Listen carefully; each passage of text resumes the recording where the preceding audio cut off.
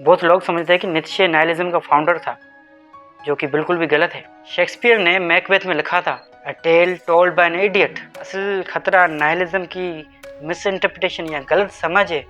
वो ये मानते हैं जब तक पुराना निज़ाम टूटता नहीं तब तक नया नहीं पैदा हो सकता। ये सिर्फ नथिंगनेस की फिलोसफी नहीं, ना ही भाग जाने की।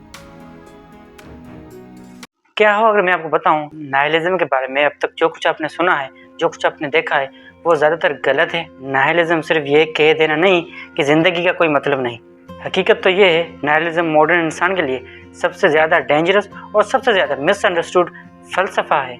आज के दौर में अगर किसी ने सुसाइड कर लिया तो उसको नाइलिस्ट कहा जाता है। अगर कोई आइसोलेट हो जाए उसको भी नाइलिस्ट का टाइटल दिया जाता है।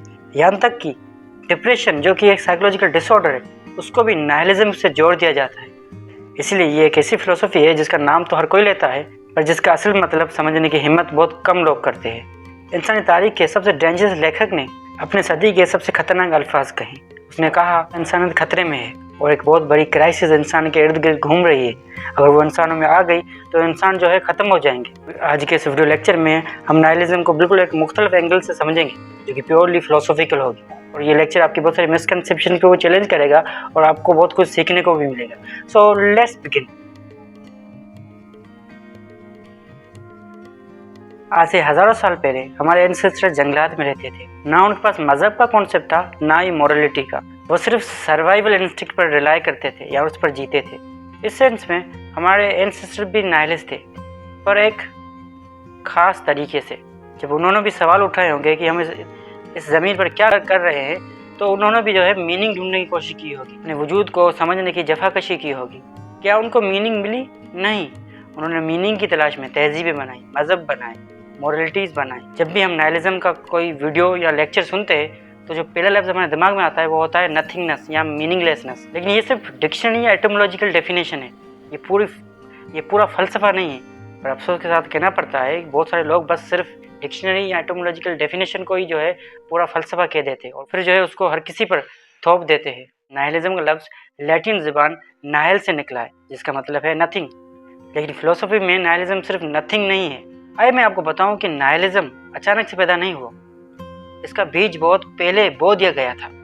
ये इस तरफ इशारा करता है कि नाइलिज्म सिर्फ एस्केपिज्म नहीं, बल्कि आपके आसपास की जो हकीकत है उस पर क्वेश्चनिंग और उस पर शक करने का फ़लसफ़ा है। एंशिएंट ग्रीक फिलोसोफर या स्केप्टिक्स ने सवाल उठाया था, क्या हम किसी भी चीज़ को अब्सोल्यूट यकीन के साथ जान सकते हैं? और जब सर्टेनिटी टूट जाती है तो उस पर खड़ी जितनी भी वैल्यूज़ है वो भी टूट जाती है। अब मैं आपको 19वीं सदी के रूस में लेकर चलता हूँ, रशिया, जहाँ नाइलिज्म या ये वर्ड बहुत ज़्यादा मशहूर हुआ। आइवन टर्जेनेव एक नॉवेलिस्ट था, जिसके नॉवल फादर्स एंड सन्स में एक करेक्टर था जिसका नाम था बाजारोव। वो एक ऐसा करेक्टर था जो हर चीज़ को रिजेक्ट करता है, चाहे वो फिर स्टेट हो, रिलीजन हो, ट्रेडिशन हो या फिर कोई भी अथॉरिटी हो। उसके लिए सिर्फ साइंस, रैशनैलिटी और मटीरियल रियलिटी बची थी। उस पर एक अनार्किस्ट मिखाइल बेकुनिन ने हंसकर एक जुमला कहा था, the passion for destruction is also a creative passion. क्योंकि बाजारों की पोजीशन सिर्फ फिलोसॉफिकल नहीं थी, ये एक रिवोल्यूशनरी माइंडसेट था जो बाद में पॉलिटिकल नाइलिज्म बन जाता है, जिसको लेक्चर में आगे डिटेल में समझेंगे। अब सवाल ये है कि ये नाइलिज्म भला क्या है? एकेडमिक ज़बान में नाइलिज्म एक बिलीफ है जो ये कहता है कि लाइफ और यूनिवर्स के पास कोई भी इंट्रिंसिक वैल्यू नहीं है। इसका मतलब कोई भी इनबिल्ट मीनिंग नहीं है।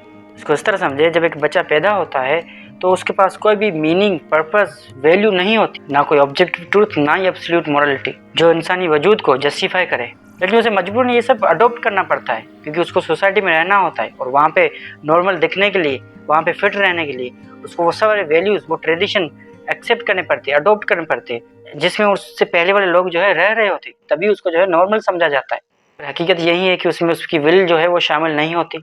यहाँ से ये सोच रेडिकल स्केप्टिसिज्म बन जाती है, हर बुनियादी कॉन्सेप्ट के खिलाफ। पर जैसे मैंने कहा, ये सिर्फ नथिंगनेस की फिलोसफी नहीं, ना ही भाग जाने की। इसका जवाब समझने के लिए हमें एक डेंजरस और मोस्ट इन्फ्लुएंशियल थिंकर के पास जाना पड़ेगा। बहुत लोग समझते हैं कि नीत्शे नाइलिज्म का फाउंडर था, जो कि बिल्कुल भी गलत है। नीत्शे ने नाइलिज्म पर लिखा है और इसने क्रिएटिव अंदाज में लिखा है कि सबसे ज़्यादा इन्फ्लुएंस रखने वाला नाइलिज्म पर नीत्शे ही था। इस मूवमेंट को सबसे ज़्यादा पॉपुलरिटी भी नीत्शे की वजह से मिली।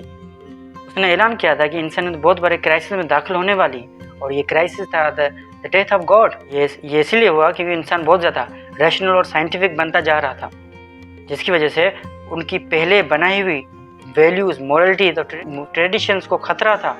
निश्चय के लिए नाइलिज्म ह्यूमन हिस्ट्री का सबसे बड़ा क्राइसिस था। जब वो कहता है गॉड इज डेड, तो वो सिर्फ रिलीजन की बात नहीं कर रहा होता, वो कह रहा होता है कि वो सारी मेटाफिजिकल और मोरल फाउंडेशन जिन पर वेस्टर्न सिविलाइजेशन खड़ी थी वो कोलैप्स हो जाएगी। निश्चय के खुद के अल्फाज है, the highest values devalue themselves, the aim is lacking, the why finds no answer. पर इन सब क्राइसिस का हल क्या है? निश्चय एक सोल्यूशन भी बयान करता है जो शायद इंसान को रेस्क्यू करेगा। लेकिन उसको बताने से पहले आपके लिए नाइलिज्म के टाइप्स समझना जरूरी है जो वक्त के साथ इवॉल्व हुए हैं। इसमें सबसे पहला है एग्जिस्टेंशियल नाइलिज्म, जिसका मतलब यह है कि जिंदगी कोई भी इनहेरेंट मीनिंग नहीं है।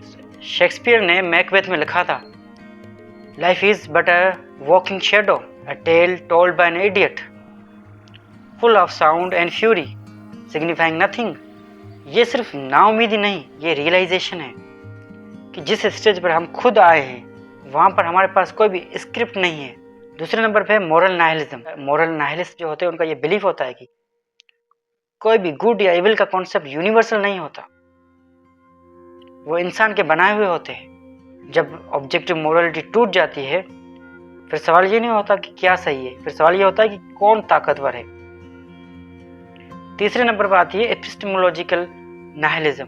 एपिस्टेमोलॉजिकल नाइलिस्ट का ये बिलीव होता है कि कोई भी नॉलेज सही नहीं होती। इनके मुताबिक ना कोई फाइनल ट्रूथ है, ना कोई सर्टेनिटी जो कम्युनिकेट की जा सके। ये सोच एक्सट्रीम स्केप्टिसिज्म से लेकर पोस्ट मॉडर्न सोच तक आती है।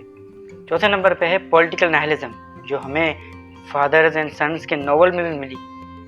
पॉलिटिकल नाइलिस्ट का ये बिलीफ है कि जो कोई भी उस वक्त की अथॉरिटी है, चाहे वो सोशल हो, पॉलिटिकल हो या रिलीजियस हो, वो उन सब को जो है इनकार करते हैं, उनको रिजेक्ट करते हैं। वो ये मानते हैं जब तक पुराना निज़ाम टूटता नहीं तब तक नया नहीं पैदा हो सकता। यहाँ एक बहुत ज़रूरी बात समझना लाजमी है सीरियस फिलोसोफर्स के लिए, नाइलिज्म कभी फाइनल जवाब नहीं होता। नाइलिज्म फ्रेडरिक नीत्शे के लिए एक डेंजरस बट अनअवॉइडेबल स्टेज थी। नाइलिज्म को यहीं छोड़ दिया जाए तो उसके नतीजा होता है नाउमीदी, बेहसी, वायोलेंस।